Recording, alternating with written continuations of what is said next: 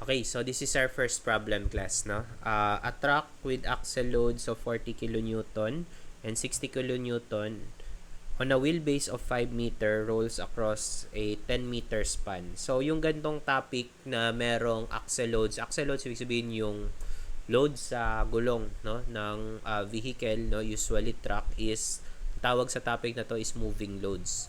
Okay, so usually tinuturo to after ng shear and moment diagram na topic sa MDB, no? Kung naturo man sa inyo. So anyways, paano ba siya? So una muna, meron tayong beam class na 10 meters. Okay, so imagine a beam na 10 meters. Ayan yon.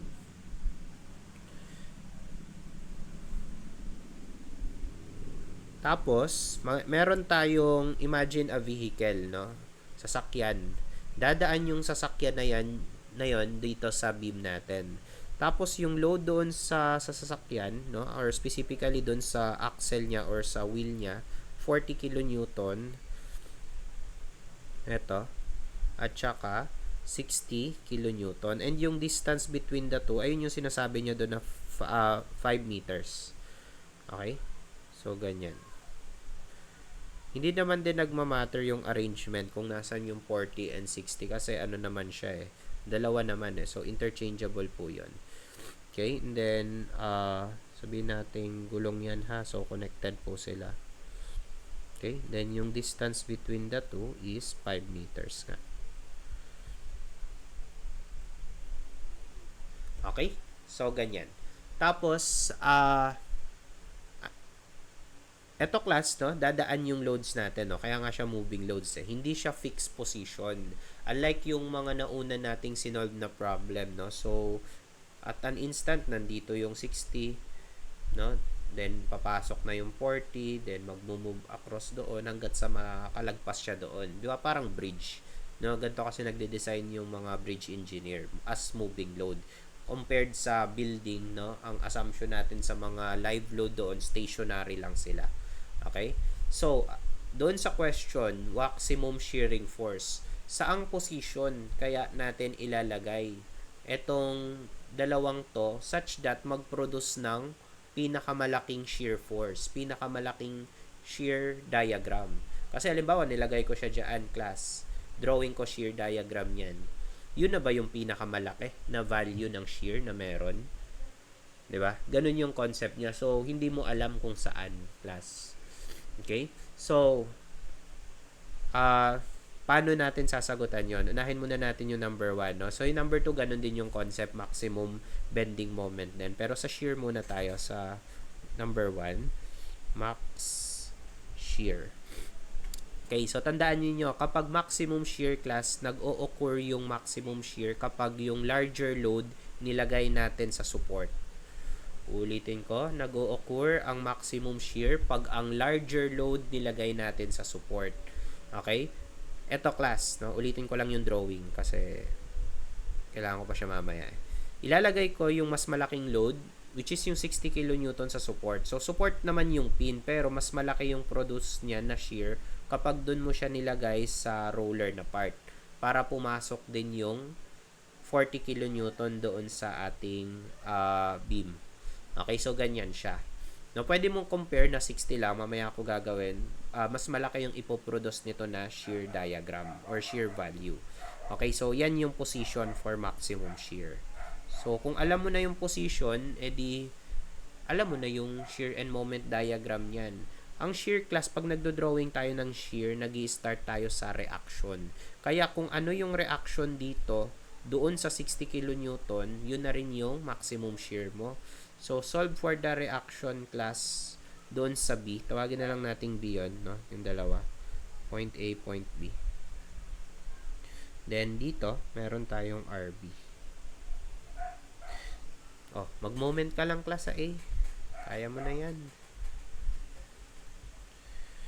So, 40. Anong distance nun class from point A? Gano'ng kalayo yun? Yung 40 sa point A. 5 meters, no? Kasi 5 meters yung naiwan na length. And then, lastly, yung 60. 10 naman po yon. At yung RB, syempre, 10 din po yon. Is equal to 0. Ano si RB natin?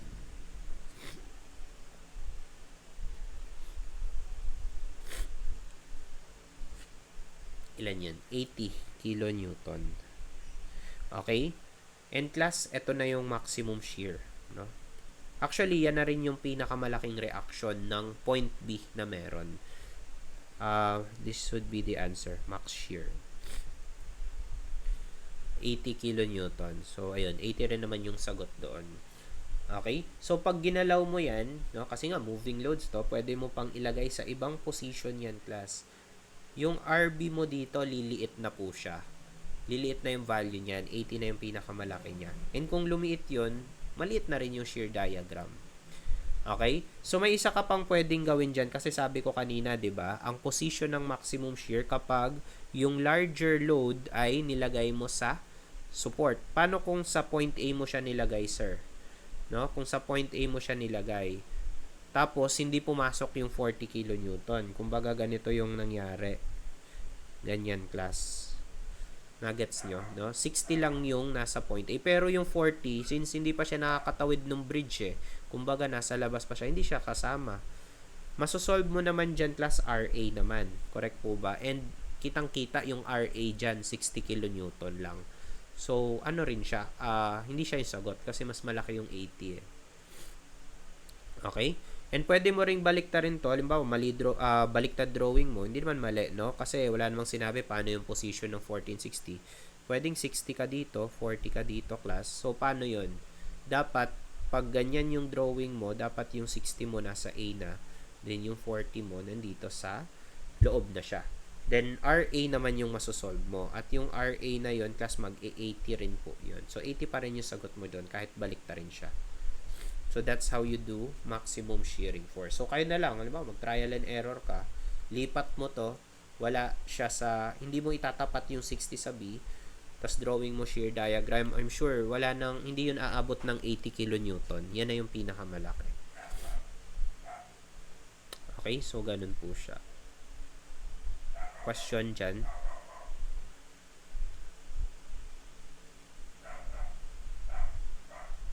Okay, so next, maximum moment naman. So, ganun, same concept, class.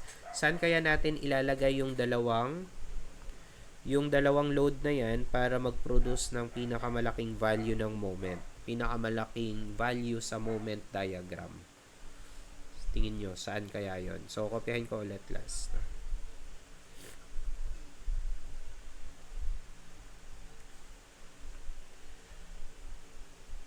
Saan kaya? Sa gitna ba? Anong gitna? No? Yung 40? Kasi 5 meters to Kasi hindi pantay yung load Kung pantay nga lang sana yan, class di ba? Common sense, sa gitna mo ilalagay yung point loads para para mag-maximum. Pero pag ganyan, paano siya? Saan siya ilalagay?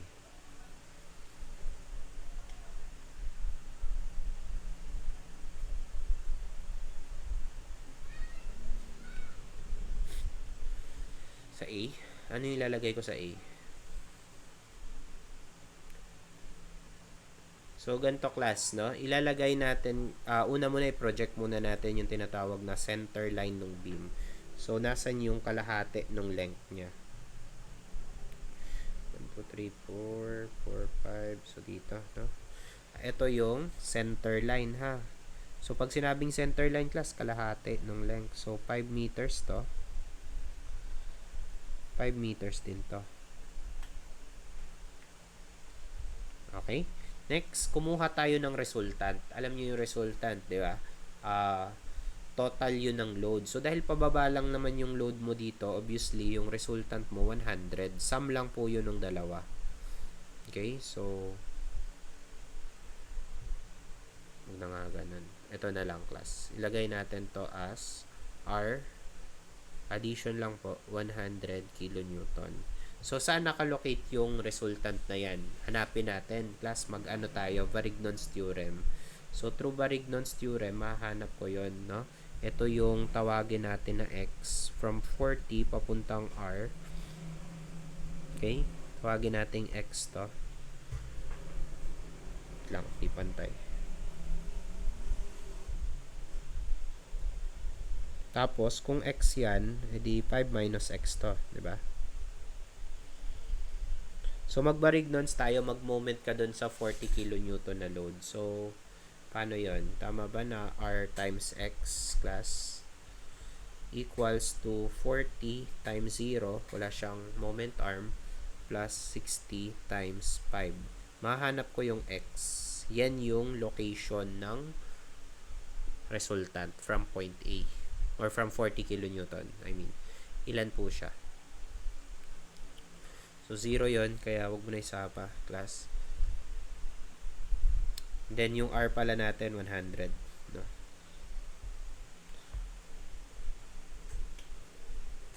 Ilan po yan? Pakisolve.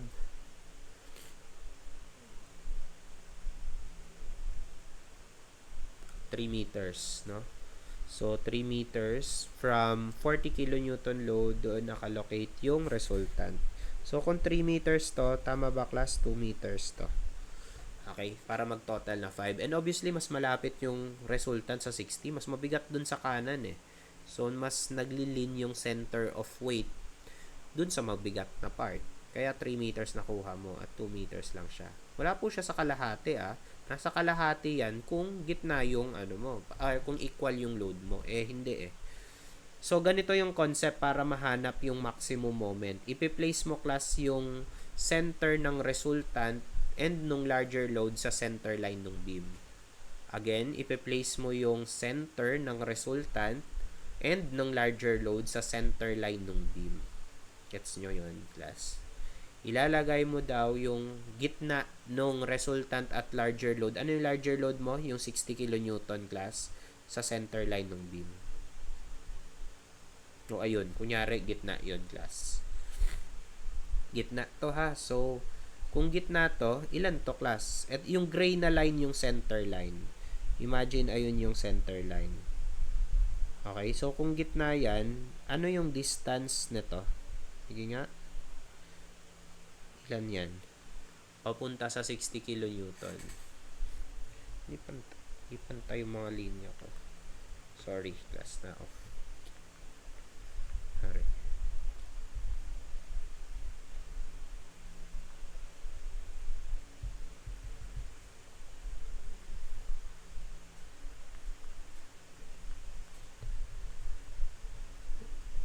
Ano ba't ba ako?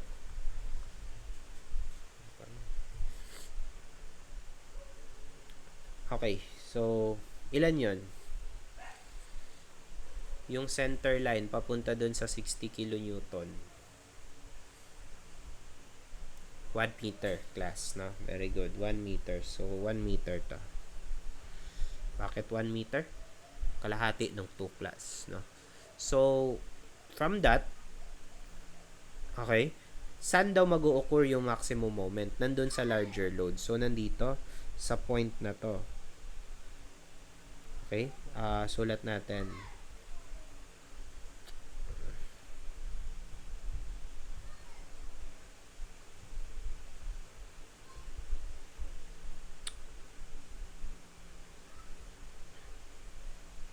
Maximum moment occurs here, no? Kung nasaan yung larger moment. So, alam mo na yung position class, no? Pwede mo na nga drawing yung shear and moment diagram niyan eh. 'Di ba? Assuming na drawing mo, makakapag-solve ka muna ng reaction, 'di ba? RB at saka RA dito. Ano itsura ng shear diagram niyan? Dalawang point load lang yan, class. Kayang-kaya mo i-drawing. So, drawing tayo ng quick version lang. So, aangat yan, class, due to the reaction. Diretso, bababa ng 40. Diretso, bababa ng 60, class, no? Bababa dito. Tapos, aangat, magsi-zero. Tapos, ang moment diagram naman yan, area ng rectangle. So, dito. Tapos, area pa ulit ng pangalawang rectangle, pa-plus mo. So, aangat siya hanggang doon. At negative na yung susunod class eh. So, zero na siya. So, nasan yung maximum moment? Nandoon sa 60 kilonewton. Kung nasan yung larger moment. So, pwede mong gawin yan, shear and moment diagram. Pero, wag na natin gawin yan, class. Mag-method of section na lang tayo. Kunin mo muna yung RB, tapos i-cut natin.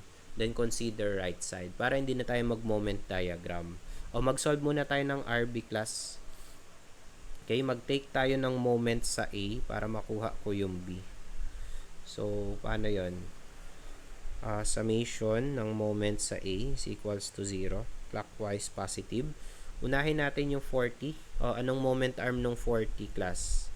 Gaano kalayo yung 40 papunta sa point A? Gaano kalayo yung 40 sa A class? 40 times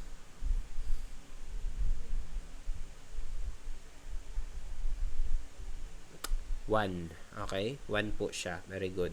40 times 1. Kasi, dimension analysis lang yan, class. 5 to, diba? Tapos, yung 5 na yon merong 3, tapos may 1 pa dito. So, ang may iwan na lang, 1 meter. Okay lang. So, 40 times 1. O, yung 60, gaano siya kalayo? From point A. 6. Sana gets nyo, class, no? 5 plus 1. At yung RB, kitang-kita na 10 po yun, no? Yung span.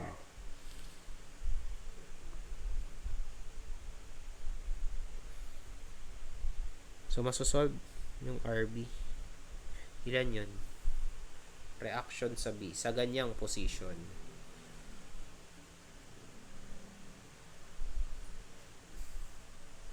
Pakisolve RB.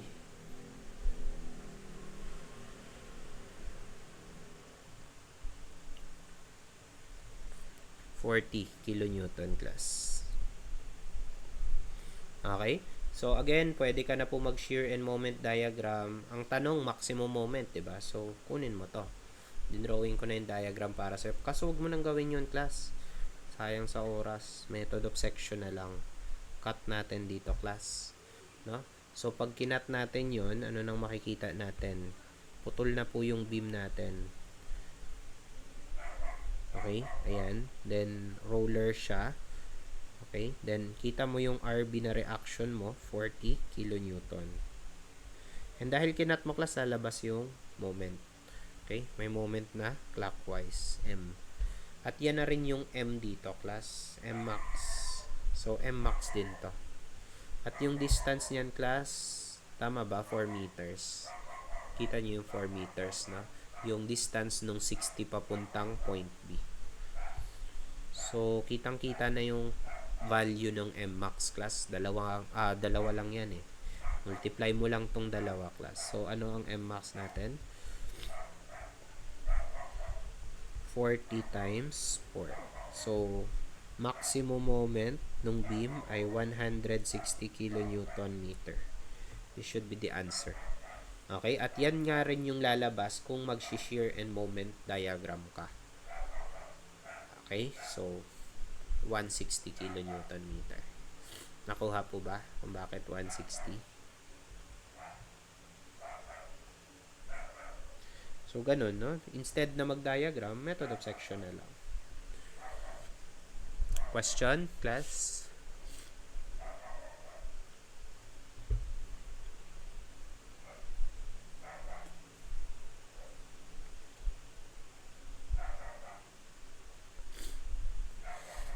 Wala?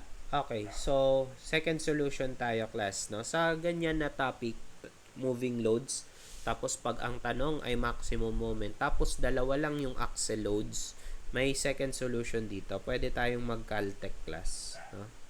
So, tawagin nating solution 1 yan. Solution 2, Caltech tayo.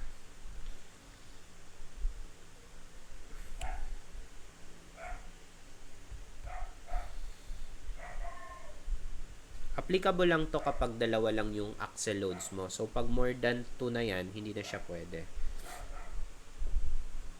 So, sa Calcio class, type nyo nga to.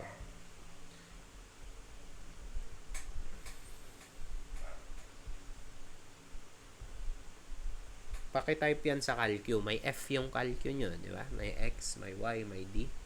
Pakigawa yan.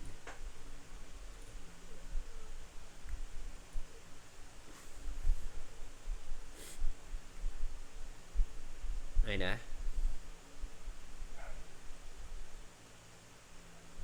Okay na, class?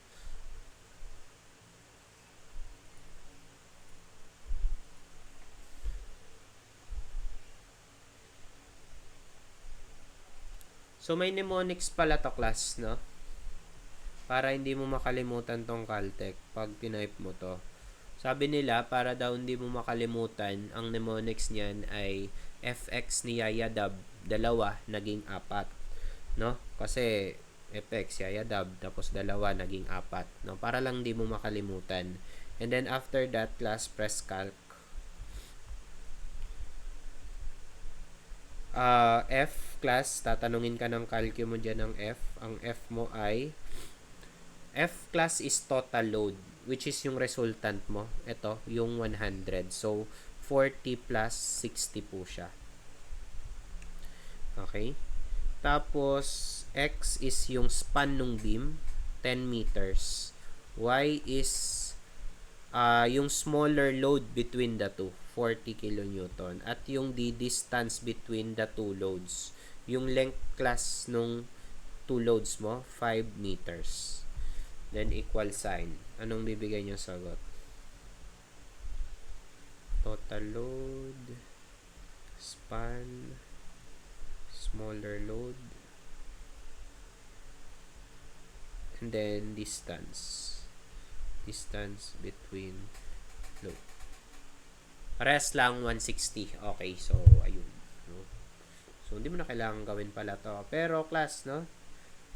Kapag 2 loads lang yan, class, ha? Kapag more than 2 na, 3 loads, may mga ganong problem, hindi na pwede yan. Kaya, mag-ano ka na, mag-concept ka na. Ganun pa rin naman. Yung resultant, tsaka yung mas malaking load, igitna mo sa center line ng beam. Okay?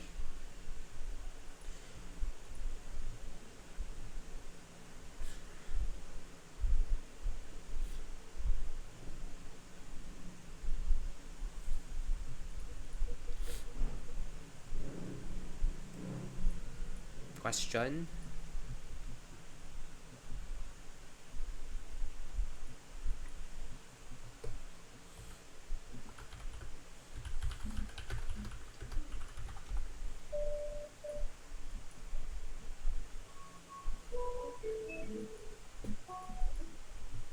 Wala. Okay, so next problem tayo, class.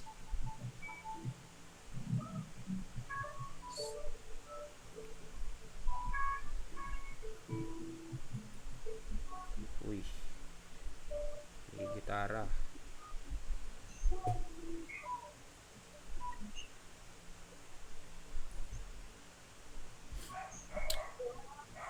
Okay, so next problem natin to, class, no? The simply supported beam in the figure as a rectangular cross-section. So, ang problem natin, no, may given siyang beam, tapos may mga given na loadings, tapos ang hinahanap, maximum bending stress. So, ano nga formula nun, class? Maximum bending stress?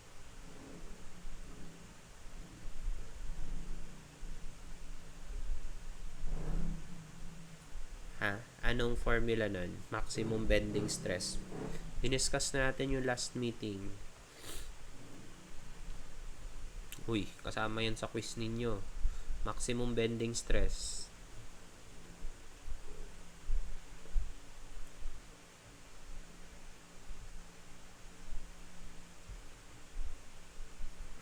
Ano pong formula nun? Maximum bending stress.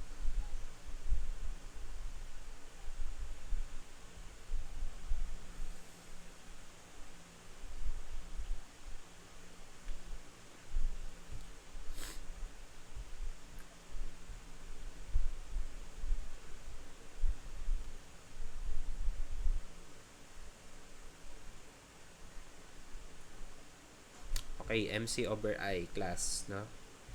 Kalimutan yan, class, no? Para hindi mo na ulitin. MC over I. So, bending stress yung tawag doon, class, or flexural stress. Huwag kalimutan, ha? So, bago ka mag-MC over I, wala ka pa nung M. Diba? Yung M na yon is makukuha mo saan? Sa moment diagram. Kaya nga siya na gumamit ng word doon, class, na maximum. Okay? So, kailangan mong mahanap yung maximum moment doon sa beam natin. So, kunin natin, class, no? magdo-drawing tayo dito ng shear and moment diagram since hindi ko alam kung nasaan yung location ng maximum moment. Okay, so gawin natin draw ng shear and moment diagram ng second year. Okay, so lipat na lang natin dito sa part na to. Bago yun, kailangan ko muna pala yung reaction niya. Okay, kailangan ko muna yung reaction niya, class. So, i-pattern ko lang doon sa convention ng given, no? So, RB natin to. And then, RE to, class. Solve natin yung parehas na reaction.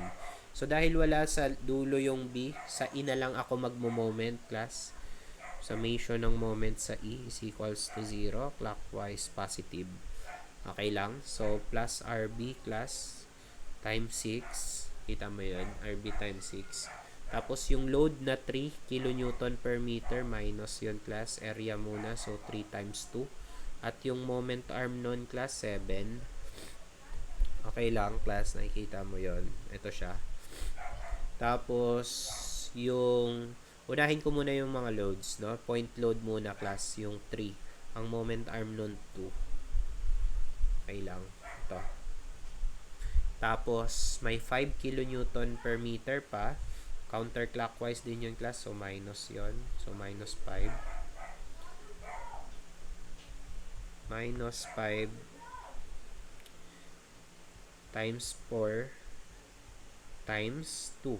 No? Wala nang space.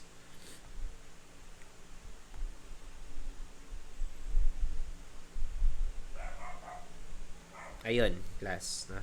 Ano pa? Pangkulang ko. May kulang pa, class. Ano pang kulang?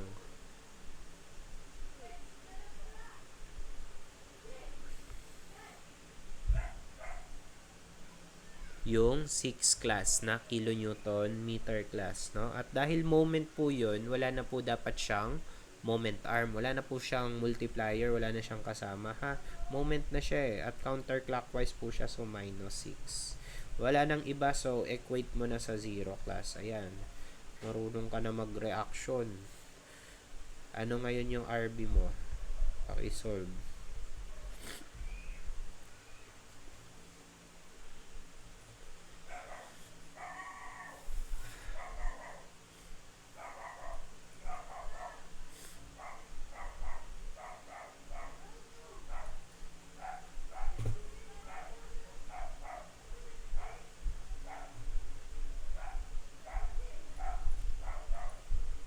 .15 at may butal pala, no?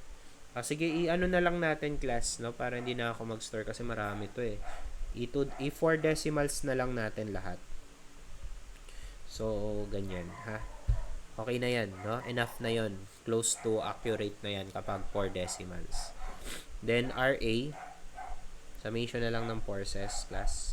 No? Para makuha yung RE pala, sorry. So, summation ng forces vertical, upward, positive. No? So, pataas yung RB, pataas yung RE, pababa yung 3 times 2, pababa yung 3, pababa yung 5 times 4. Hindi kasama yung moment, class. Summation lang ng forces eh.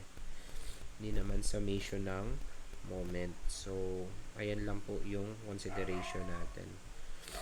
Tapos, paki-substitute yung RB na 15.6667. So, masosolve mo yung RE. Ilan yan?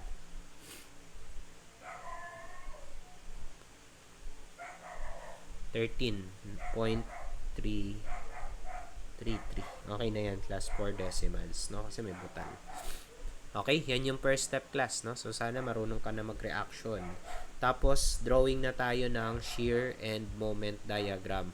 Bakit, sir? Kasi hindi ko alam kung nasan yung maximum moment. Hindi ako makakapag method of section. Saan ako magka-cut? Diba? Hindi ko alam kung saan eh. So, no choice. Drawing talaga.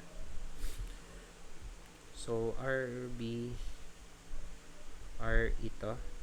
Start tayo sa shear, class. No? Project muna natin yung mga lines natin.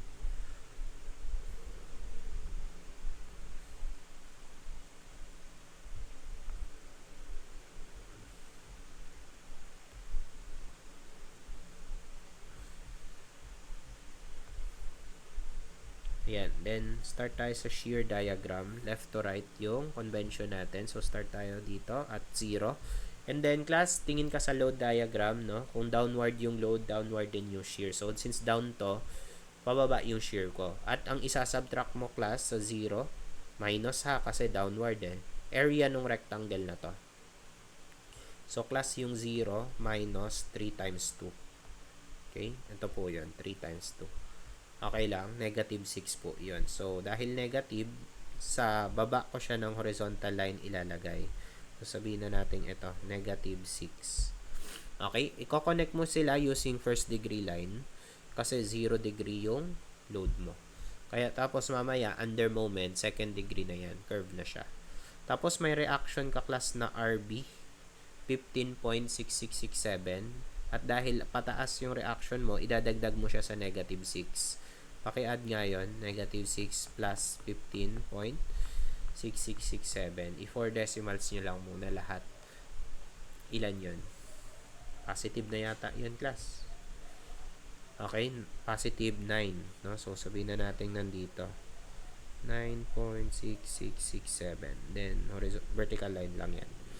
Next, wala namang class load B papuntang C eh. So, horizontal lang po yun.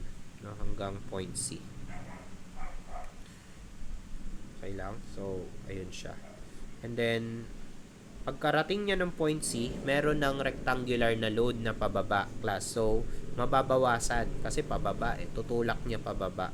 Hanggang dito muna kay point D kasi may 3 kN doon. So, yung 9.6667 nyo, paki-subtract yung 5 times 2.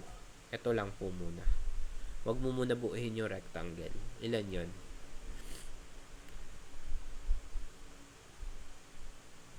Negative na rin yun, class, di ba? 0.333. At kapag negative, dito mo ipa-plot. Okay, so yan. Negative 0.3333. Connect using first degree line kasi horizontal pa to. Wala namang triangle na load, class. So, yun.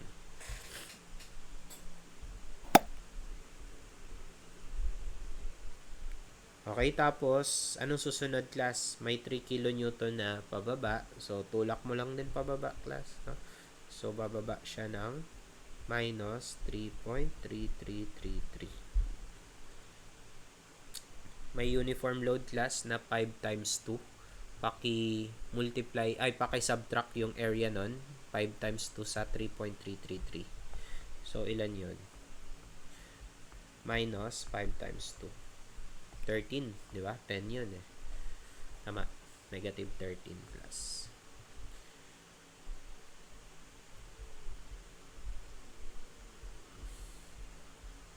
And finally, class, meron kang reaction na positive or pataas na 13.3333. Kaya, magzi-zero po yung shear diagram mo. Ayun, no? Marunong ka na mag-shear diagram. Okay? Kaso moment diagram yung kailangan natin, class eh. Pero bago yon, may kapansin-pansin dito sa shear diagram, no? Tumawid yung shear diagram mo, class eh, from positive to negative, no? And kailangan mong malaman yung length ng triangle kasi mag-e-area ka ng triangle mamaya. So, kailangan ko malaman to, class. Tawagin nating x itong length na to. So, kung x yan, tas based dun sa figure, 2 meters yung total length, tama ba na ito ay 2 minus x, class? Hindi x minus 2 ha, kasi mas malaki po yung 2 sa x. No? Mas mahaba yung 2 sa x eh. So, yung 2 yung babawasan mo ng x. Yung iba kasi puro x lagi hinaharap kapag ganyan. No? Yung 2, bawasan mo ng x. Ito yung may iwan. Kaya 2 minus x po. Then, para makuha yung x, ratio and proportion na lang po. So, x, width over height nung triangle na dalawa, class. So, yung isang triangle, yung kaliwa, x, then yung height niya, 9.6667. Tapos, yung maliit na triangle, 2 minus x naman to, at yung height naman niya, tanggalin mo yung negative pag ratio and proportion, 0.3333. Then, shift solve nga kayo, class. Ilan yung x niyan? Okay, 1.9 9, 3. Tama ba yan? 9, 3, 3, 4.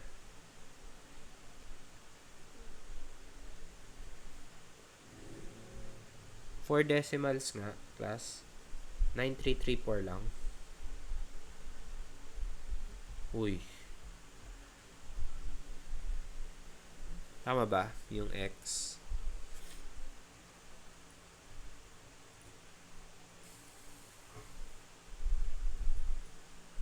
Tama po ba yung X?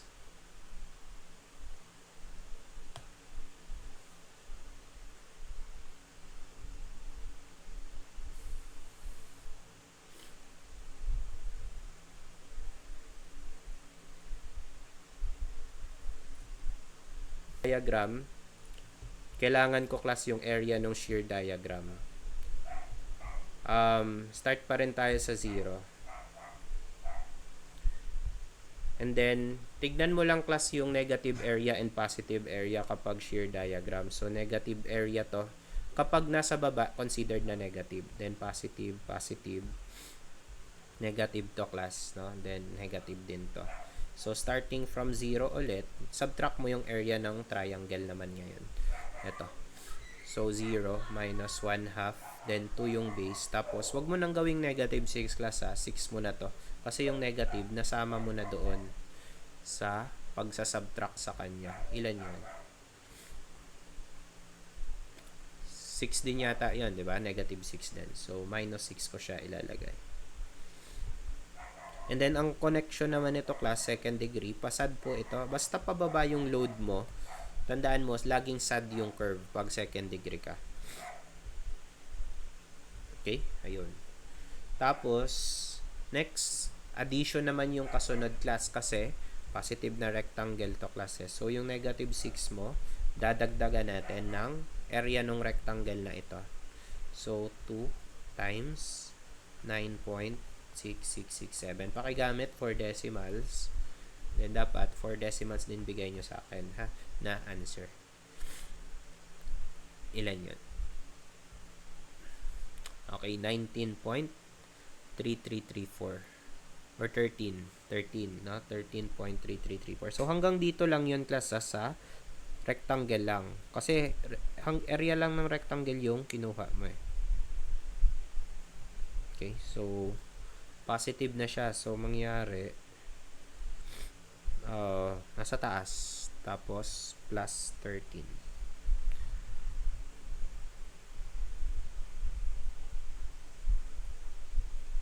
Okay, and then connect mo lang yan, class, using first degree dapat. Kasi, horizontal line to eh. So, inclined line mo siya ko-connect. Yun. Ano susunod, class? After nyan.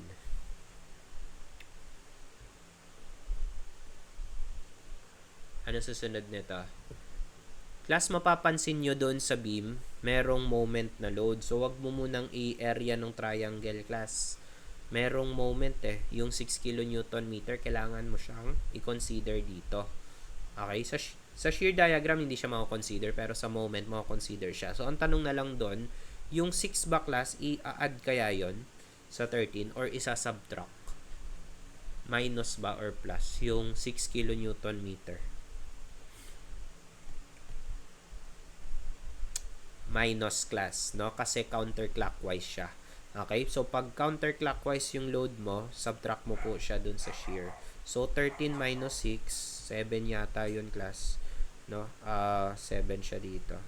So, nandito. Okay? 7.3334. Okay? Then, ano na susunod? Pwede na tayong mag-area ng triangle ngayon, class. At tapos, plus naman to. So, from 7.3334, may x na po tayo. Okay, pakigamit na lang yung 4 decimals din, ha? Consistent. And then, yung height mo, 9.6667. So, ilan to, class? Area netong triangle.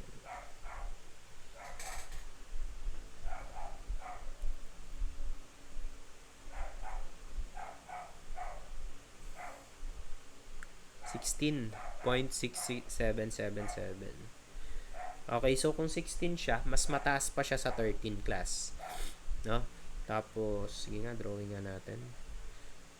Wala na space eh. So, kunyari, yan na lang class na mas mataas naman yan. So, 16.6777. Then, connect mo siya class using sad curve pa rin. Pag ganun. Okay, and finally, class, area ng trapezoid na lang. So, I hope alam yung area ng trapezoid. 1/2, ito yung base mo, and then ito yung H1, H2 mo. Or baliktad, baka B1, B2 yung mas nakasanayan nyo. Parehas lang naman yun. So, regardless, try natin to class. So, 16.6777 minus 1/2. Base ko 2. Then, yung dalawang height ko, 3.3333 plus 13 point. Ito. Ilan yan?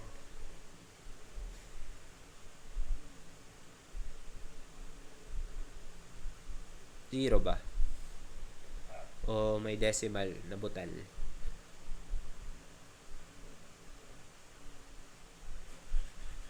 Ayan, 0.01111. Okay? So, ano yan class due to rounding off siguro natin. Pero close to 0 na rin naman siya na mako-consider. No? Kung mag-e-exact ka all throughout, I'm sure 0 yan. So, isasara ko na class. So, yun, may butal siya. Konti. So, ganun, mag-moment diagram class. Ano bang kailangan natin pala dito class? Ano bang tanong? Yung maximum bending stress nga natin, MC over I. So, mag-MC over I tayo at yung M natin, dahil sa question class maximum, edi maximum din, ang maximum ay 16.6777. Okay? So, siya po yung maximum natin. Ay na, MC over I na ta. So, sige, number 1, FB is equal to MC over I. And by the way, class, dahil yung problem pala natin rectangular, pwede ka nang mag 6M over BD squared. Pero mamaya ako nagagawin yon. Dito muna tayo sa MC over I. So, 16.6777. Kailangan may conversion factor. So, may times 10 raised to 6. And then, yung C natin, class, from neutral axis to top or bottom fiber. So, kahit ano naman, since 100 eh. No? Parehas yung C top tsaka C bottom natin. So, 100 yon. At yung inertia, kaya mo na yun. BH cube over 12 na lang yon. Okay? So, times 100 times I, no I, 120 yung base, 200 yung height. So, pakisolve nga class. Ano si FB natin?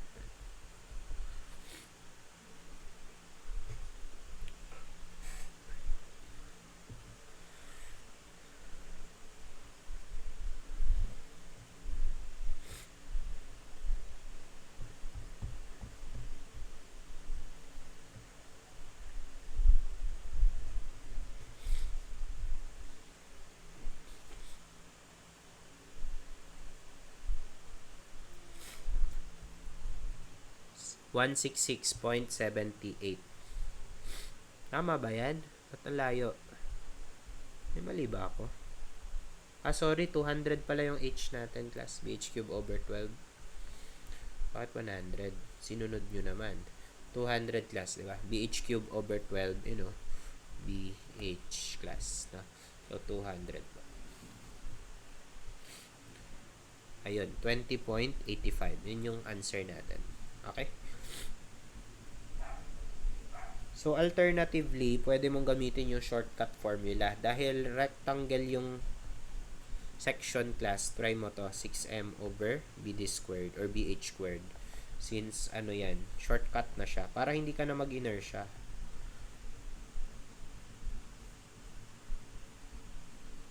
To, 120, tsaka 200 squared. Same lang ba? 20.85 pa rin. Try nyo.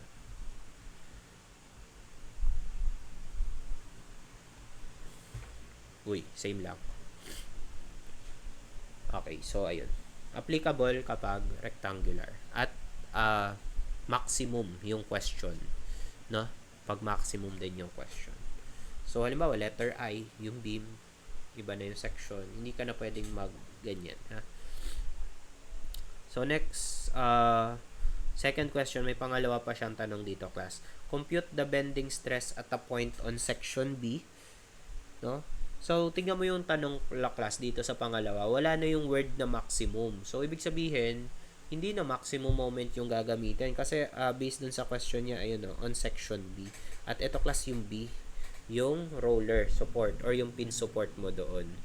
Ano ngayon yung moment doon? Luckily, dinrawing mo na yung moment diagram. Kaya titingin ka na lang sa diagram class.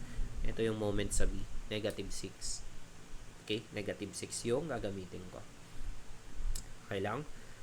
At may sinabi pa siya dun 25 mm below the top of beam.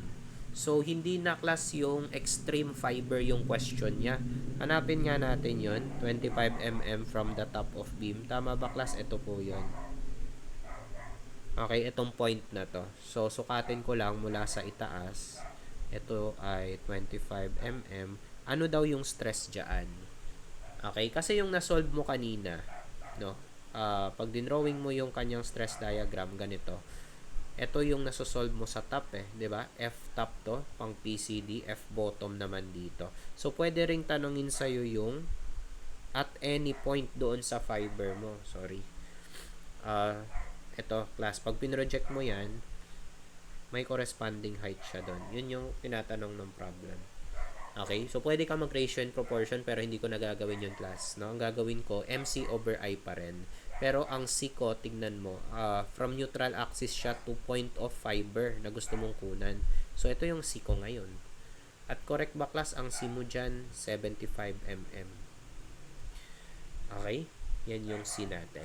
So, using MC over I, hindi ka na pwedeng mag 6M over BD squared dito sa number 2. Okay? FB, MC over I. Ang M ko class 6. Okay lang? So, 6 times 10 raised to 6. Ang C ko, ayun nga, 75. Yung inertia, hindi ito magbabago. Rectangle pa rin naman So, pwede kong kopyahin pa rin yan. Okay, solve nga to. Ilan tong number 2 natin?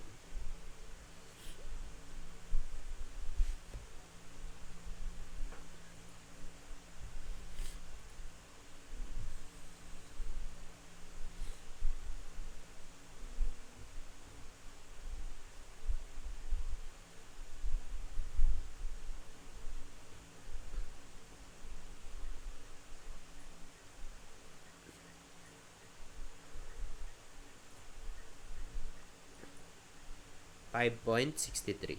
Okay, so yun din yung answer natin. Pero class, tignan mo, may ano siya doon, may tension. No? Bakit siya tension class? At bakit hindi siya compression? Kasi baka mamali ka pa, no? Tension, compression, tama value mo. Bakit siya tension? Yun yung tanong.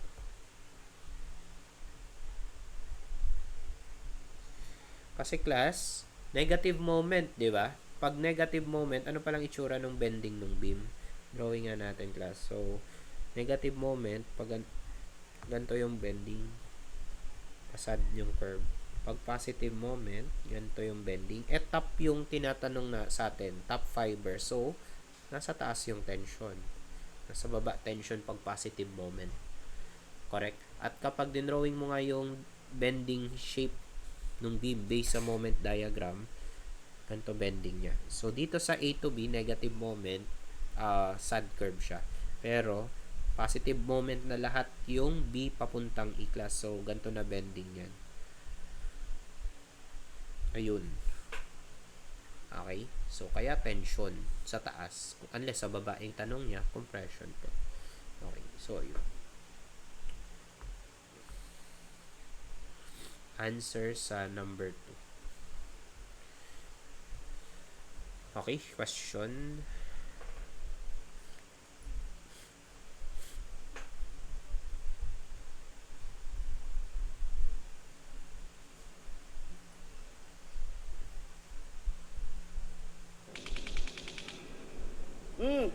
Understand?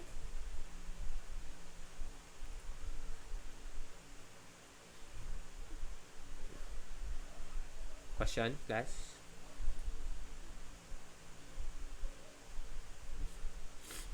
Okay, so next topic tayo.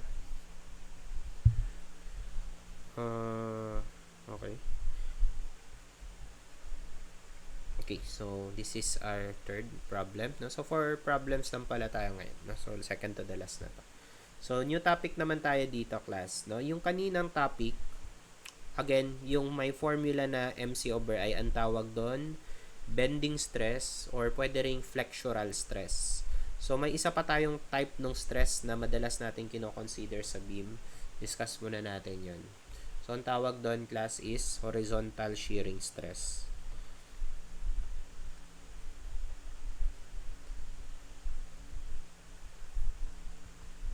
Okay?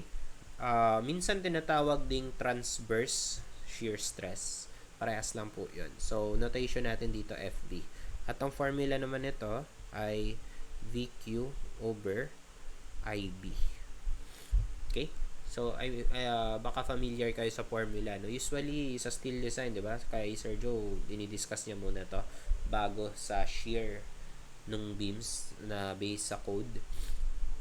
Tapos, may shortcut formulas din para to. Ang katumbas nito, class, yung MC over I sa sa bending stress. So, kung may shortcut formula for rectangular, 6M over BD squared, meron din dito. For rectangular section, kasi very useful 3V over 2A, where A is the area ng beam. Okay? Kapag circular section naman,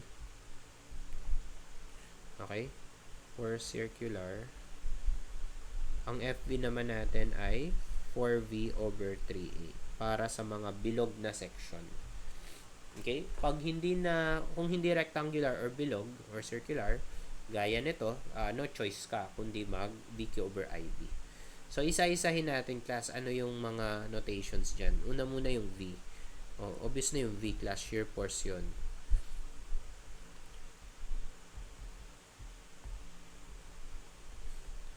Shear force. So, in kilonewton siya. And then, yung Q natin, static moment of area yung tawag. Ito lang naman yung mahihulap dyan, class. Static moment of area. At yung formula ng Q natin, equal siya sa area above or pwede ring below, class. Mamaya ako na lang discuss yan. Times Y bar. Okay? Centroid nung shaded region or nung area of consideration mo papuntang distance ng neutral axis. Okay? And then, inertia to, class. So, madali na yan. At yung B natin is width of point of consideration.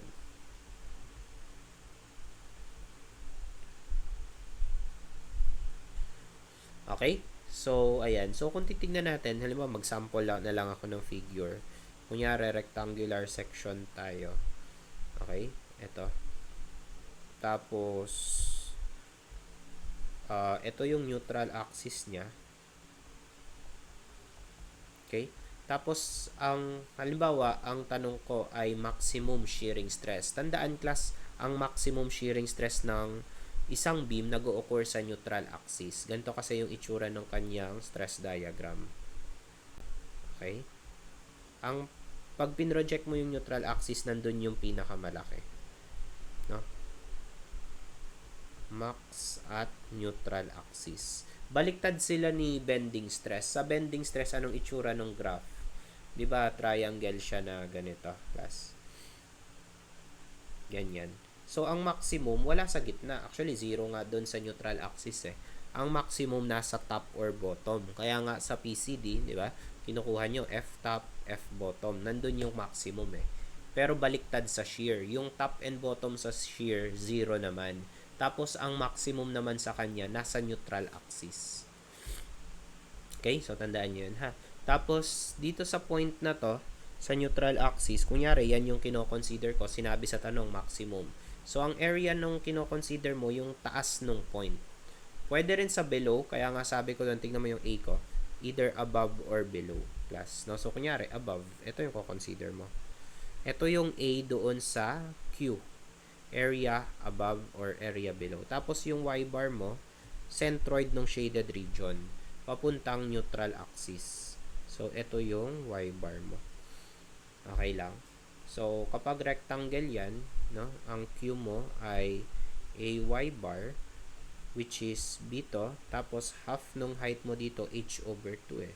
So, BH over 2, tapos H over 4 class. Diba? Kapag rectangle. Okay? So, anyways, yan yung ko-consider natin. Next, so sagutan na natin tong problem class na. So, by the way, isa pang point dito para ma-visualize mo yung shearing stress. Imagine class na merong stock ng books, stock ng woods, patong-patong na wood.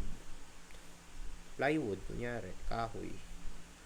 Tapos, ayan, gawin natin silang beam, simply supported, tapos lagyan natin ng load. So, magiging tendency niyan, class, so, syempre, magbe-bend yan, di ba? Magbe-bend siya, pero hindi po magkakadikit yung mga yun, ha? Magbe-bend siya ng ganyan, ganito, no? Exaggerated na yan.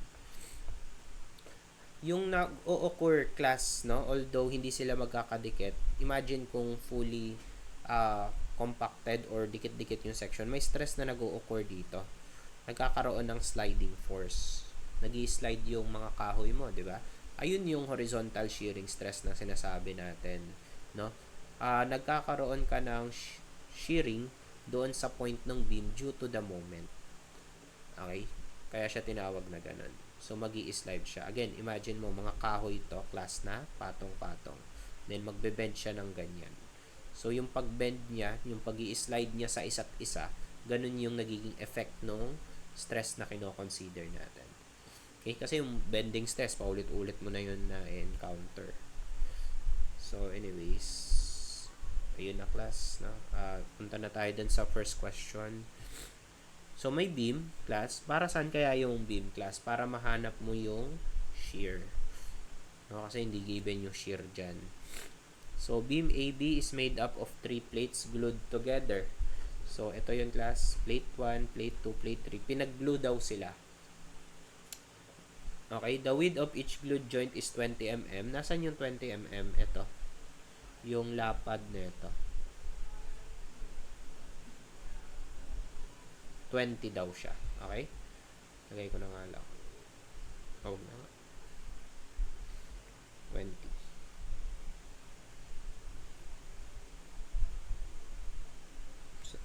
Okay? And then, the centroidal moment of inertia. So, mabait yung problem class. Binigay na yung moment of inertia. So, hindi na ako magsosolve, no? Kasi kung hindi, magsosolve ako, di ba? Nag-caltech na tayo doon. Determine the average shearing stress in each section in each joint at section NN of the beam. C is the centroid of the cross section. So, binigay na rin pala yung centroid. Unsymmetrical yung beam eh. Mas malaki yung area sa taas. So, wala sa kalahati ng height yung centroid niyan. Binigay niya na class. Ayun, 68.3. Ayan yung C bottom mo. So, madali mo nang kukunin yung C top. So, NN. Nasaan yung NN na sinasabi niya? Ito. Ano yung shear dyan? Kasi kailangan mo yung V. Ano kaya yung shear dyan, class? Dito sa NN. Kasi, mag-VQ over IB ako at yung V, kailangan ko yung shear dito. Ano yung shear dyan? Symmetrical lang yung beam mo. So, madali yung reaction, madali yung shear diagram niyan. Ano yung shear dito sa point na to?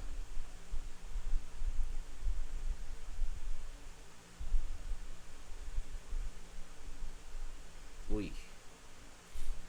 O, reaction na lang. Ano yung reaction sa A and B? Symmetrical na symmetrical class. Ano reaction sa A and B? Ayaw nyo ng shear. 1.5. No? Oh, kaya mo drawing shear diagram, class. 1.5. Aangat ng 1.5. Diretso lang. Bababa ng 1.50. Ito nga lang kailangan mo eh. So, 1.5 na yung shear mo, class. Tama? Or gusto mo mag-cut ka rin ng section. Ayun yung best solution. Consider left. 1.5 lang po yung load mo. Yun na rin yung shear mo, ha? So, 1.5 kilonewton po yung shear. Tapos, number 1 tayo, class, no? Average shearing stress at point A. Nasaan yung point A? No? So, natakpan ko yata. Pero, yun yung intersection nung flange at web natin. So, kunin na nga natin. Number 1. No? Drawing ko na nga lang ulit, class. No? Para may figure tayo.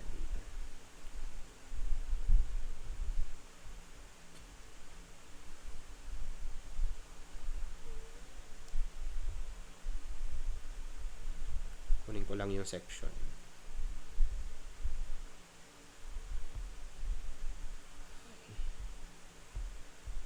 Yan, no? So, number 1 is FV, no? Sa joint A. So, tawagin nating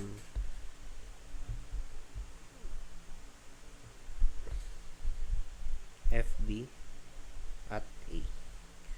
Okay? So, formula, VQ over IB. Wala nang problema sa V, 1.5 na yon. Yung Q na lang yung kailangan kong isipin.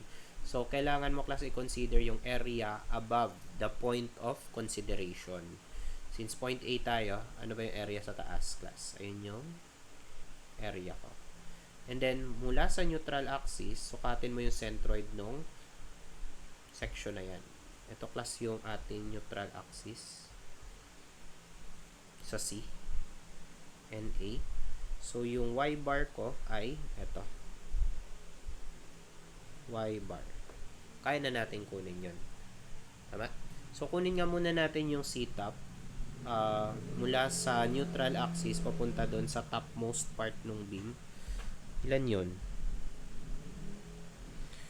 Kung 68.3 to class, 120 yung total. Paki-subtract lang. 120 minus 68.3.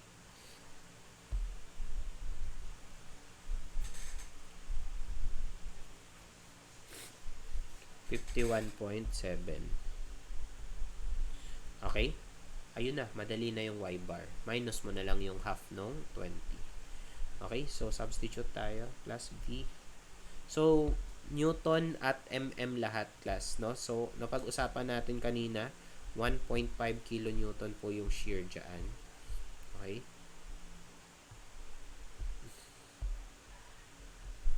So, times 1,000. And then Q. Ano nga ulit yung Q? Area times Y bar. Area nung shaded region, class, nung red. 100 times 20. Okay? 100 times 20. So, ang tanong, ano yung Y bar niya?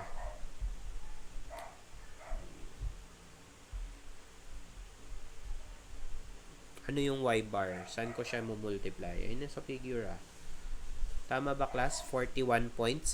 Subtract ko lang yung 10 sa 51.7. Then, I. Walang problema sa I, class, given. Unless wala, solve ka. 863. Pero tignan mo, cm raised to 4 to. Kailangan maging mm raised to 4 yan. Okay, so 863. Kailangan kong i-times ng 10 raised to 4. Okay lang, para mm to the 4th. And then B, yung B, class, yung width at point of consideration. Yung point of consideration mo, ito di ba? So, ano ba yung width dyan? Yung lapad nito, 20 mm po yun. Okay? So, times 20. And then, ang lalabas na unit dito in megapascal. What is the shear at A?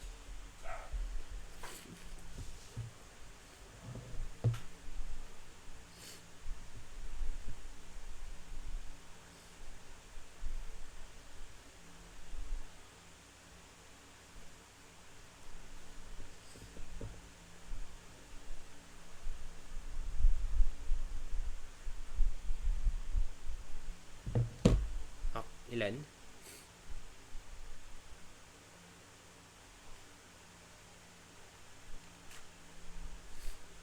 Okay, 0.724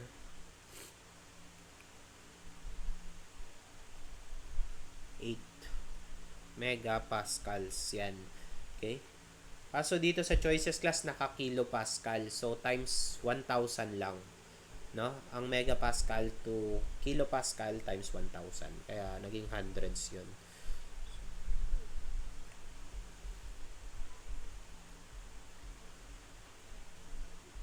Okay, so answer. So, ganun lang, class, kapag shear. Sagutan natin yung isa pa. Okay? Number 2 naman, at point B naman. So, tingnan mo kung nasan yung point B. Yung nasa babang part. Okay? So, kailangan kong i-consider, class, again, ano nga ba yung Q? Area above or below. Pwedeng above, pwedeng below. Pipili ka lang ng isa sa dalawa. Mas malaki kasi yung below dito. Pahihirapan mo pa ba yung sarili mo dyan? Magbe-below ka pa. Letter T na siya. Diba? Tapos magsicentroid pa ng dalawa. Compared dun sa taas, no, na rectangle na lang. Pero dun sa second question, dahil B yung tanong, class, pwedeng area below na lang kagad ako. Okay lang? Mas madali yan. At yung Y bar ko, ito, papuntang center ng kulay green na area. Okay? So, ganun lang yan. FB at B na to, class. No? So, VQ over IB. Same lang, 1.5. Pero, dito sa part ng Q, ang area natin, 60 times 20. Area ng green. At ano Y bar? Anong distance from neutral axis to center of green na area?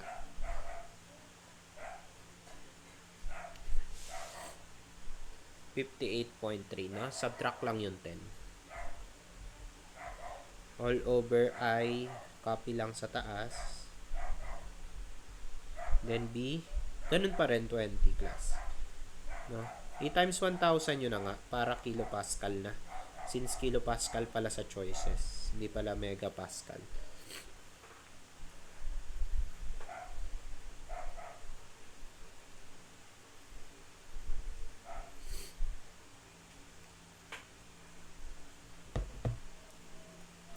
Okay, 566.28. Kuha nyo yan, class? So, that's the answer. Oh, mali. Tama ba? Pakicheck nga, class. Anong mali natin? O mali lang talaga tong binigay nyo? Pakicheck nga. So, final answer is 608. Okay. So, yun. Ingat sa syntax. Question. Kapag nagtanong dito, class, for example, tinanong maximum, hindi na sasabihin yung point A, point B, no? Gaya ng mga sinasabi dyan. Nasaan yun? Nasa centroid. Sa point C ka kukuha. At kapag sa point C ka, anong area mo doon? Letter T. Okay? Ang mangyayari sa'yo doon, dalawang area. Area 1, area 2. Tapos i-centroid mo na lang. Yun yung Q mo kapag maximum. Okay?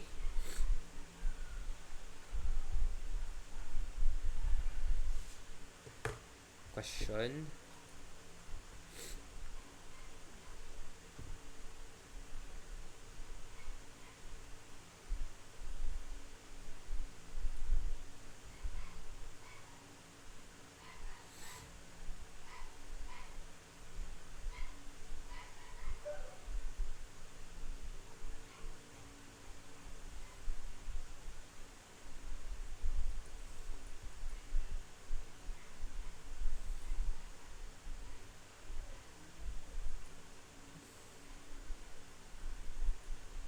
Okay? So, next.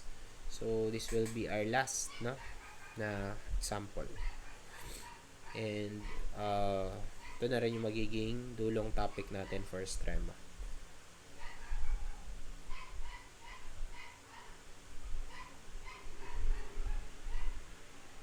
Okay, so, a solid circular pole. Drawing ko yung problem. Circular pole, no? Solid. Ibig sabihin, hindi siya butas, class.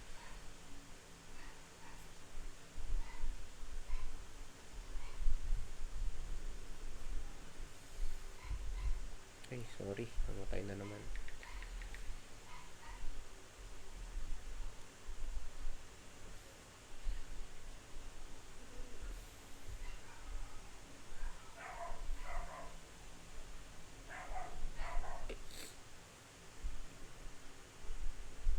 Okay? 3 meter yung diameter. Sorry, 3 meter yung height.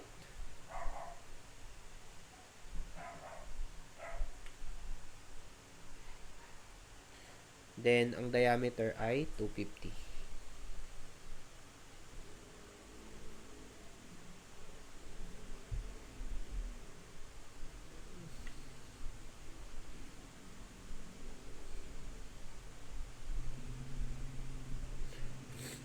Then, the pole carries a compressive load of 3 kilonewton at an eccentricity of 100 mm. Saan natin lalagay yun, class? 3 kilonewton at an eccentricity. Pag sinabing eccentricity, class, distance yun from center of gravity. No? Centroid. No? Kunyari, ito yung centroidal axis. No? Yan yung gitna ng ating pole. So, sukat ka lang ng 100, no? Doon natin lalagay yung 3 kilonewton. So, kunyari, nandito.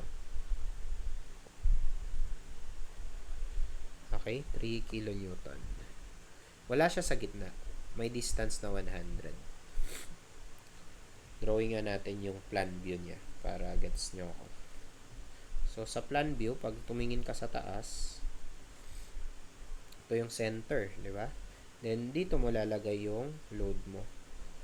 Okay? Ito yung 3 kilonewton. At yung distance mo from center ay E.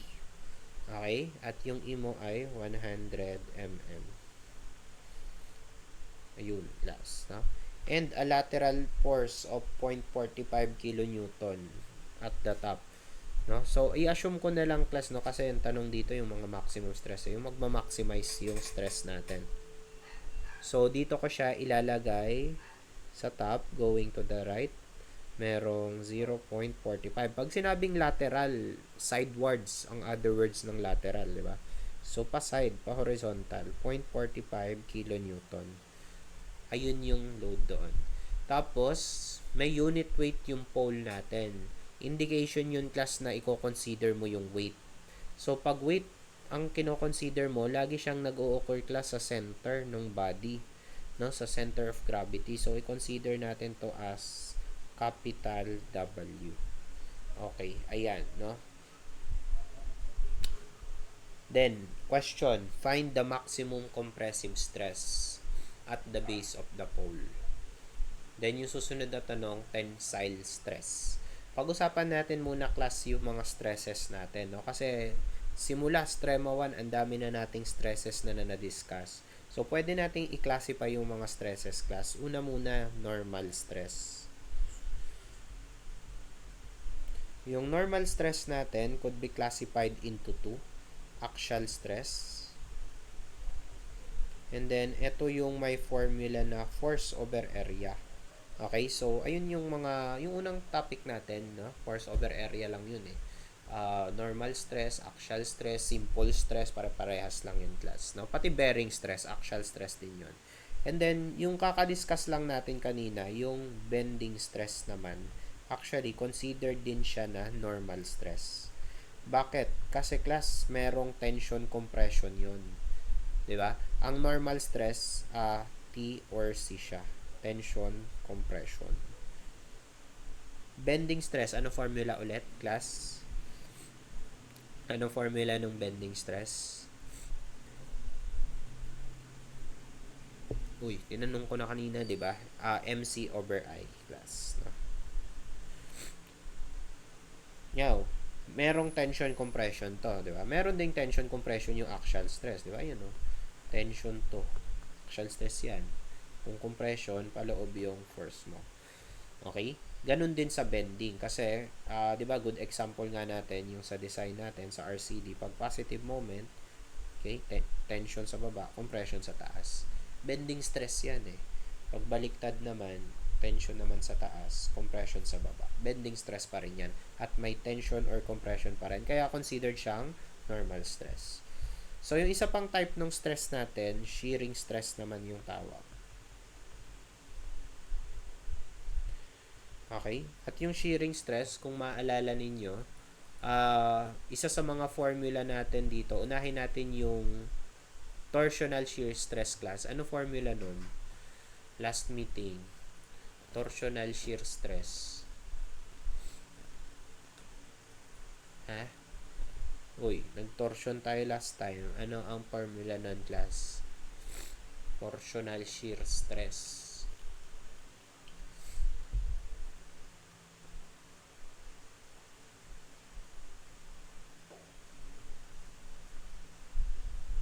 No, mali na kayo, class. Hindi yan, mali yan. TR over J. Angle of twist po yung TL over JG.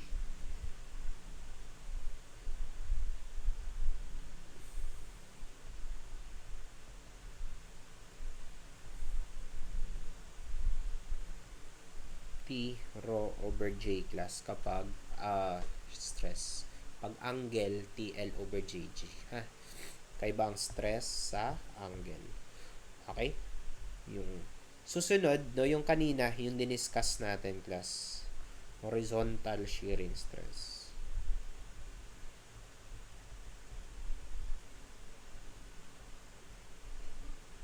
Ang horizontal shearing stress naman natin, equal naman to sa kaninang formula. VQ over IB. Okay lang? So, ayan yung mga type ng stress natin. Ngayon, pag pinagsama-sama mo yan, class, mabubuo mo yung sinasabi nating combined stresses. Dito na papasok yung topic natin ngayon, combined stress. So, concept pa rin to ng strength of materials. Pero, rarely na tong naabot sa MDB na course. Pero, I'm sure familiar kayo dito kasi na-encounter nyo to, class, sa PCD, sa foundation design, sa fluid mechanics din yata, no? Or hindi, no? Sa sa foundation, no? Kapag pinagsama mo na tong dalawa, class, yung axial stress at bending stress, combined stress na yung tawag doon. Kaya sa PCD may formula na ganito. Plus minus P over A plus minus MC over I. Hindi po ba? May ganyan na formula. So, pinagsama mo yung axial stress at saka bending stress. Pwede yun. No? Combined stress yan. No? Sa normal. No? So, pag normal, sigma.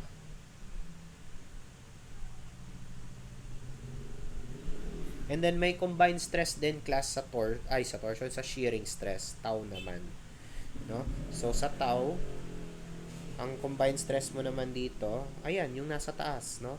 T rho over J plus minus BQ over IB. Okay lang, class? So, ayan. Ngayon, yung problem natin is obviously under siya ng combined stresses kung iisipin mo yung effect niya. Okay? So, dun muna tayo sa number 1, maximum compressive stress. Okay, bakit magkakaroon ng compression dito, class? Ano ngayon yung formula na gagamitin natin kung compression stress yan? By the way, drawing nga natin yung sa side.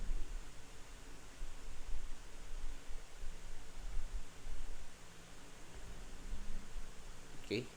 Then, merong 3 kilonewton dito. And 0.45 dito.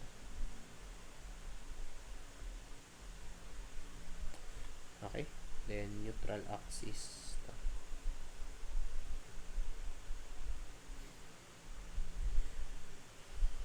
And then, tama ba na ang E natin, 100 mm? Yun. So, class, dun sa first question, maximum compressive stress, normal stress po yun. At anong formula yung gagamitin natin? May axial stress tayo, tsaka bending stress. Ang gawin lang nating sign convention pala, negative natin ay compression, positive natin ay tension. Okay? So, applying that, no, makukuha natin yon sa number 1. No? So, number 1, ito formula ng number 1. Sigma compression negative P over A minus MC over I. Okay lang? So, ano muna yung P natin? Axial force. Kumuha tayo, class, ng weight. Take note, di ba? Unang topic sa strength of materials to. Pag P over A, perpendicular yung force mo sa area. Bilog yung area natin, class. So, may P ako, may area ako. Kunin natin yung P. Pero bago yon, kunin muna natin yung W. Weight class. May bigat po yung pole mo eh. So, paano natin makukuha yung bigat? May gamma class. So, gamma times volume na lang yon. Okay, yung 22 kilonewton per cubic meter times natin sa volume ng cylinder. So, area times length, area ng circle class, pi times 0.25 squared over 4 times mo pa nung area, ng length, which is yung height ng pole mo, 3 meters. Para maging kilonewton to. So, gaano kabigat yung pole natin? Pakisolve nga yan.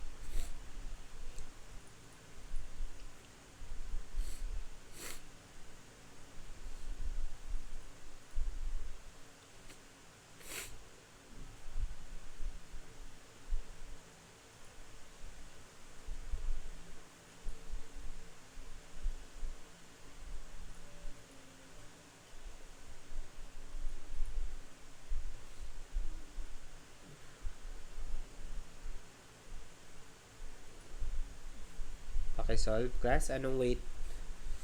3.2397. Okay, and this is in kilonewton. 8 ba? Pakisolve. Sakto.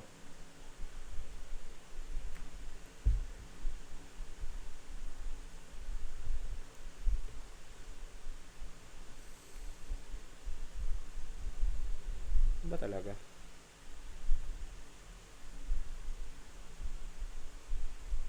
O sige, 4 decimals na lang. Kilonewton. Okay? So, ano yung P natin, class? Anong sa-substitute ko doon sa P over A?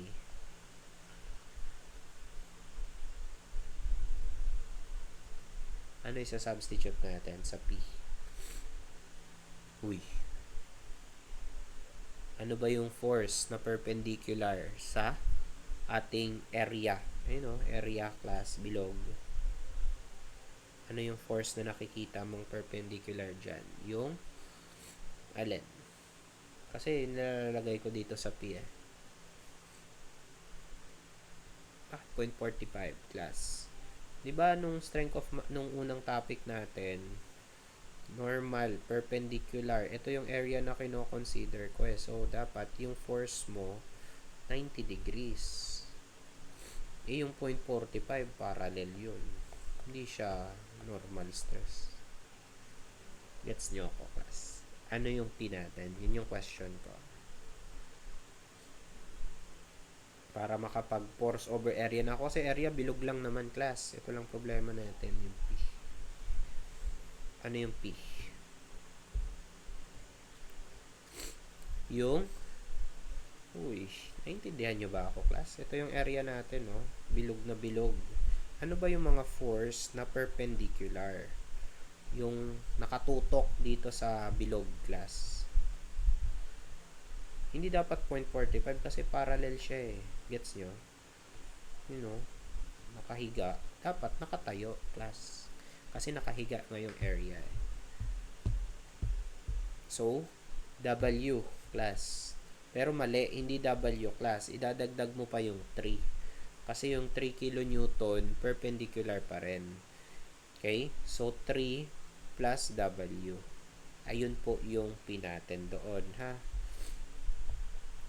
So, substitute, class. Negative P. 3.2398 plus 3. Okay lang, class? Ayan yung P ko. Nakikita nyo yun kung bakit ganun. Perpendicular siya sa bilog. Okay? Next. Mamaya na tayo mag-area. Madali lang naman yan. Yung moment, class. O, ano naman yung moment? Anong formula ng moment, class? Kailangan ko makuha yung moment. Iikot, class, yung ating cylinder. Bakit siya iikot? Ha? Anong formula ng moment? Force times distance, 'di ba? So, una muna, yung force natin na 3 kilonewton. Nakikita nyo yon, class? May eccentricity yun. Di ba sa RCD or sa design, PE yung formula class. Ito yung P. Ito yung i-multiply mo lang. Moment na yun class. So, 3 times 0.1.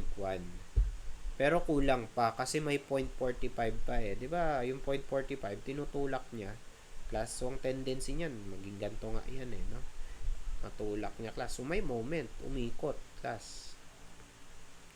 Nagkaroon ka ng bending moment M. Pero dalawa yun class. Due to 3 kN at due to 0.45. So plus 0.45. Kaso, hindi pa yan moment plus force pa lang yan. So ano yung moment arm dapat natin yan? Times, tama ba? 3 meters class. Okay? So pakisolve nga ano yung ating moment. Para may M na ako sa MC over I.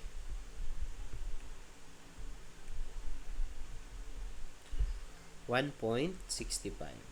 Okay, ang unit niyan, kilonewton meter. Alam mo na formula ng moment, statics pa lang class, force times distance. Dalawa nga lang ngayon yung force at distance mo, ha? So, 3 meters, ito yung class height, no? Kasi sa base po yung ina-analyze natin. 3 meters. At sino pala dito sa dalawa yung tension? Sino yung compression? Ito yung compression, yung nasa part na to. Tama? Ito yung tension. Bakit siya tension? Ma-overturn yan class. No, tatagilid. Naiipit yung point na to. Itong point na to, aangat naman siya. Okay lang? So, ganun, no? Pwede na ako mag-MC over I. Oh, area pa pala. Area na lang yan ng bilog class. Kaya mo na yan.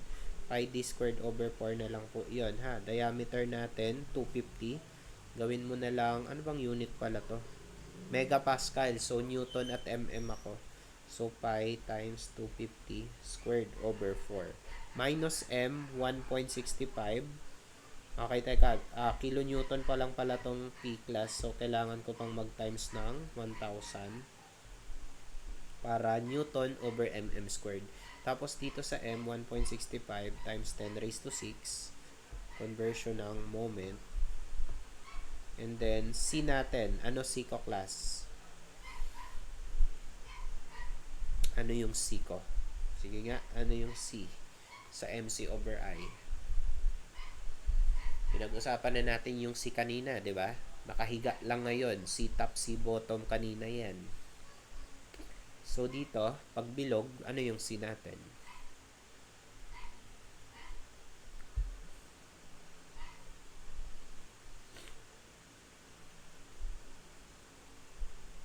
Okay, very good. Radius class. Ito yung C class, oh. Andito yung compression, andito yung tension. Ito yung compression. Ito yung tension. So, kung compression ang sinusolve mo, dapat mula neutral axis papuntang compression. Nakahiga lang ngayon eh. So, ito yung C mo for compression. At radius yan class. Okay? Similarly, ganun din yung mangyari doon sa kabila. Okay? So, ito yung C mo. Okay, assuming pantayan. No? Namatay na naman.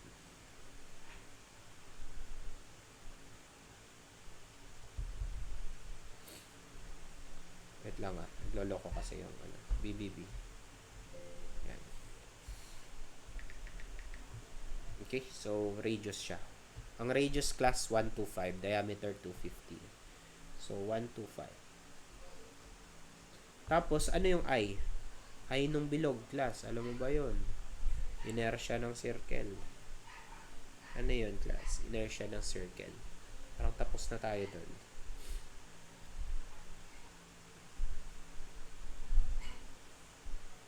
Anong formula? Kung in terms of radius, pi r to the fourth over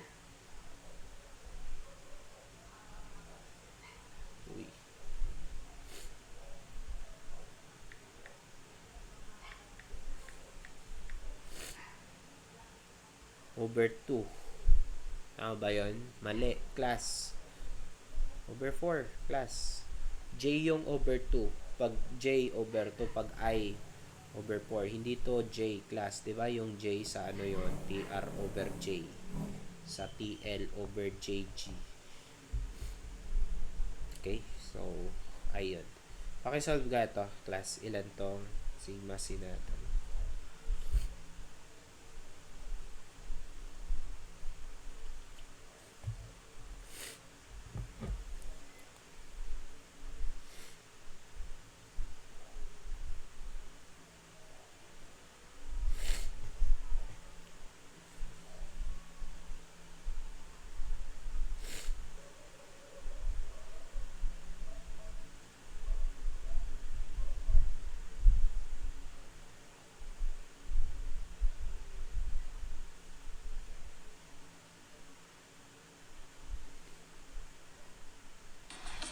Ilan?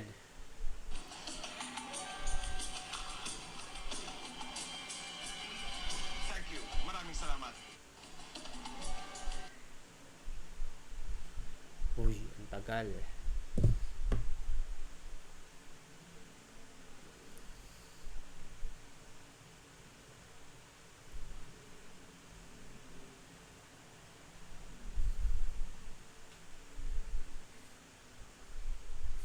Okay, negative 1.20.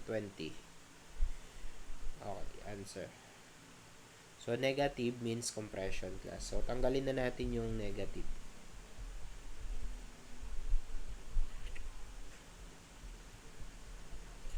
Okay, so this should be the answer. Okay. Next, tension. Ano yung magbabago? Tensile stress naman yung number 2. Ito, compression stress. So, tanongin nyo, ano yung magbabago dito? Diba sa PCD, may binabago lang doon kung compression or tension yung tanong. Or kung top or bottom yung tanong.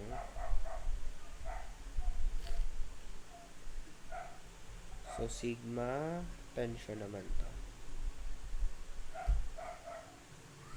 Uy, ano yung babaguhin? Tingin nyo.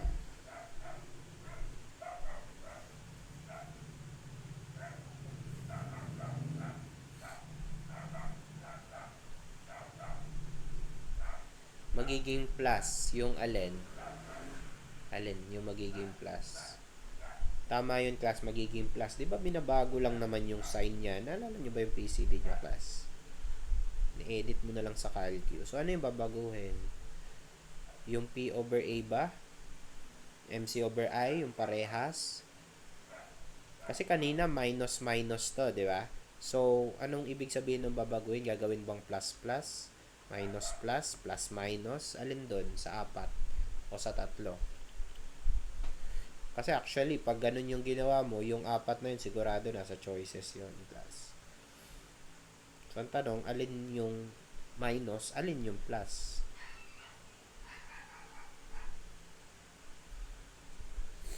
Uy, parang wala kayong quiz bukas.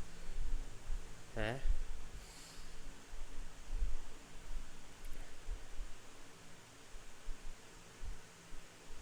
Ba't ganun? Naka-dot lang siya.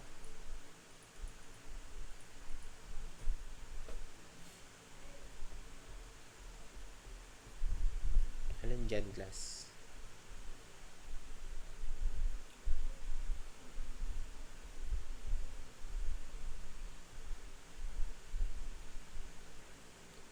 Minus plus dapat. No? Minus plus. So, bakit minus pa rin yung P over A? Anong explanation doon? Bakit hindi siya ginawang plus? Sabi mo, sir, gagawin plus. Diba negative compression? Alam natin ang compression ng axial, class. Ito, compression to. Ito, tension. Yung force mo na weight pababa makukompress niya yung class kahit anong gawin mo. Pati yung 3 kilonewton. No? Hindi naman binabanat ng weight. Hindi naman naging pataas yung weight You know, yung weight mo dito, class, kino-compress niya yung buong to. Kaya negative P over A yon. Pati yung 3 kilonewton. Pero yung moment mo kasi, merong tension, merong compression kasi nga, ang deflected shape niyan, pag dinrawing natin, ganito, plus, tension na yung nandoon sa heel. Umangat di ba? Pero dito, compression pa rin. Gets nyo, class? Kaya, yung gagawin lang nating tension, yung MC over I lang, yung bending stress lang. Pero yung axial stress, forever na yan. Ganyan na siya. Compression po ito palagi. Okay? Yung P over A. Unless maging tension yung figure. So, ganun po. Pakisolve nga ilan yung value. Change nyo lang yung sign dun sa second term.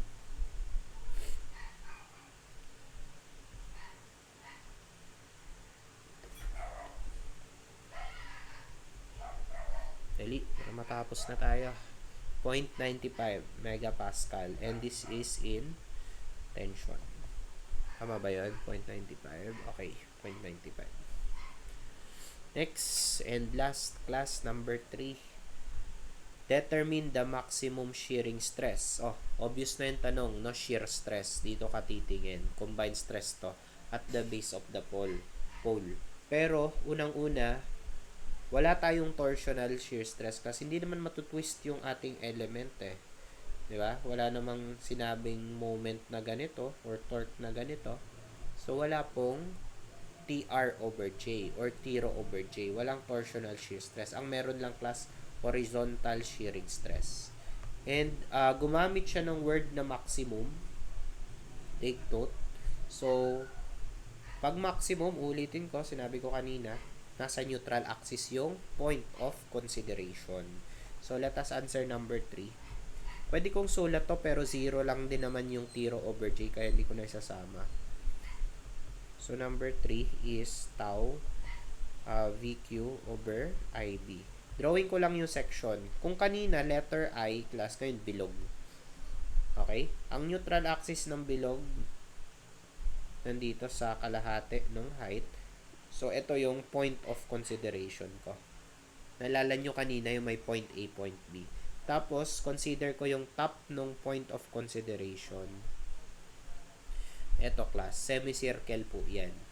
Area ng kalahati ng bilog. Okay? So, start tayo sa V, class. Madali yung V. Ano yung V pala natin? Yung shear. Anong value ng V natin based doon sa figure? Tingin nyo.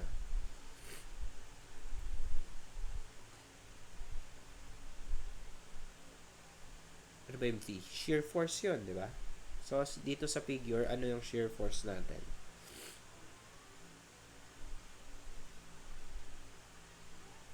.45. Okay, very good. Kasi, parallel sa force. Naalala nyo pa ba yung shear class? Diba, sliding force yon. Paano ba magkaka-shear dun sa bilog? Dapat yung force mo, same direction, pahiga. Siya lang naman yung pahiga class. Nakatayo na tong dalawa eh. Kaya nga sila P eh. Ito, V class. Okay lang? So, 0.45 kilonewton yun. Substitute tayo. Gawin natin Newton. Next, Q muna tayo class. Ang Q, kung naalala nyo pa kanina, ang formula niyan, area ng shaded region times Y bar. Area ng shaded region natin class, anong area ng semicircle? Anong area nun? Kalahati ng bilog. So, pwede bang divide 2 na lang natin yung area ng circle? Kung ang area ng circle class, pi d squared over 4, buong bilog yan, kalahati lang gusto mo, divide mo pa sa 2. Okay lang, kaya magiging over 8 na to, class, kung diameter. So, ito pa, kailangan mo yung centroid niyan. Nasaan centroid niyan? Kasi wala sa kalahati ng height yun, class. So, dapat alam mo centroid ng semicircle. So, kung hindi nyo pa alam, yun po ay 4r over 3 pi. Naalala nyo yan sa statics class, centroid ng semicircle. Okay? So, alam ko na ngayon yung a times y bar ko. Substitute natin class. Area, pi, ang diameter, 250. Di ba? Area pa lang yan class. Tapos, y bar, 4r, ang radius, 125. Over, take note, nasa ilalim yung pi niyan. Hindi yan nasa taas. 3 pi. Okay lang, class. All over inertia. Inertia po to ng bilog ha, hindi ng semicircle. Yung buong section mo. So, ano ang inertia ng bilog? Tapos na tayo doon. Pi r to the 4th over 4. Okay, so radius natin, 125 over 4. Hindi over 2 ha, J po yun.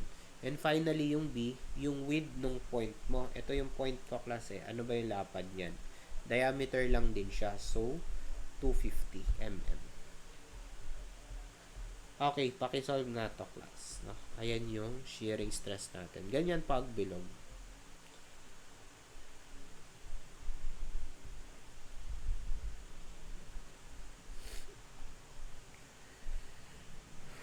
Point 0.122. Tama yun.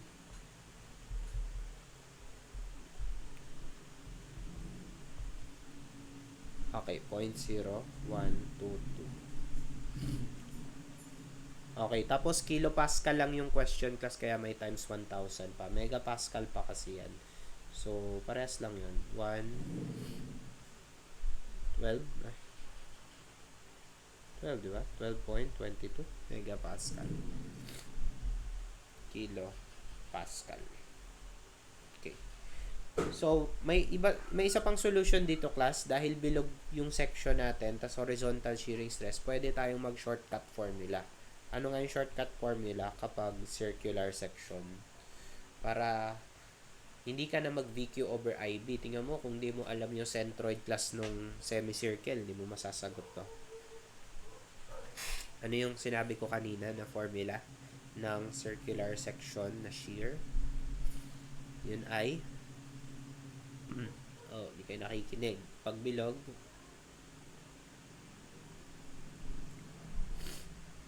plus 4V over 3A. Okay, kapag rectangle, 3V over 2A. Okay, so gawin nga natin yun, plus. Ano yung A, sir? Area lang yun ng circle. So, 4, ang V, 0.45 times 1,000 over 3A. Area, pi times 250 na lang, squared over 4. Parehas, class. Yun pa rin, 0.0122. Okay. So, useful yan, class, kapag circle. Kapag bilog, 3V over 2A naman. Area po to ng rectangle, ha? Pag rectangular section. Then, circular, 4V over 3A. Kapag I, mga T, wala ka ng choice. Dapat alam mo na yung VQ over IB na formula. So, same lang. And, that's it, class, no? Natapos din. Question.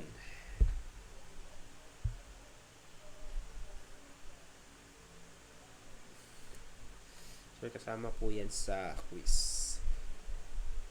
Anong quiz? Yung